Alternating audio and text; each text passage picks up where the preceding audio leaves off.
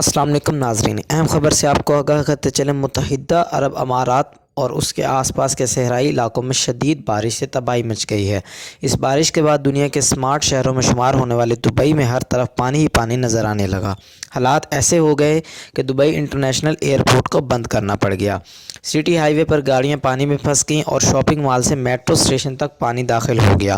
پیر کی رات بارش شروع ہوئی اور منگل کی شام تک اتنی بارش ہوئی کہ 75 سال میں کبھی نہیں ہوئی تھی۔ عمان میں تو فلیش فلڈ کے باعث 19 افراد جان کی بازی ہار گئے۔ بتایا جا رہا ہے کہ اس تباہی کی وجہ سے فطرت کے ساتھ چھیڑ چھاڑ ہے۔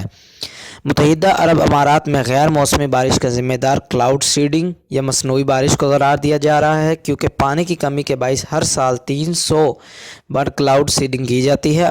اب حالات ایسے پیدا ہو گئے ہیں کہ بحرین تک اولے قلوڑت ہے، یعنی قدرت کا حملہ اب بھی ختم نہیں ہوا ہے۔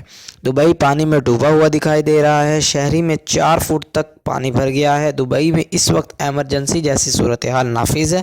عمان میں سیلاب کے باعث 19 افراد کی موت ہو گئی ہے۔ جتنی بارش یہاں ایک سال میں ہوتی ہے وہ ایک دن میں ہوئی ہے۔ بڑی بڑی طاقتیں بھی قدرت کی تباہی کے سامنے ہتھیار ڈال دیتی ہیں۔ بارش کے بعد میٹرو اسٹیشن کے علاوہ سڑکوں پر پانی بھر گیا۔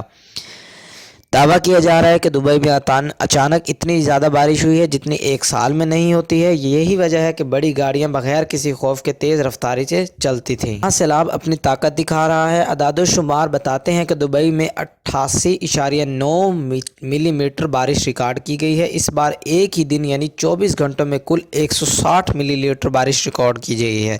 بتایا جا رہا ہے کہ اس بارش نے دبئی کا گزشتہ 75 سالہ ریکارڈ تباہ کر دیا ہے۔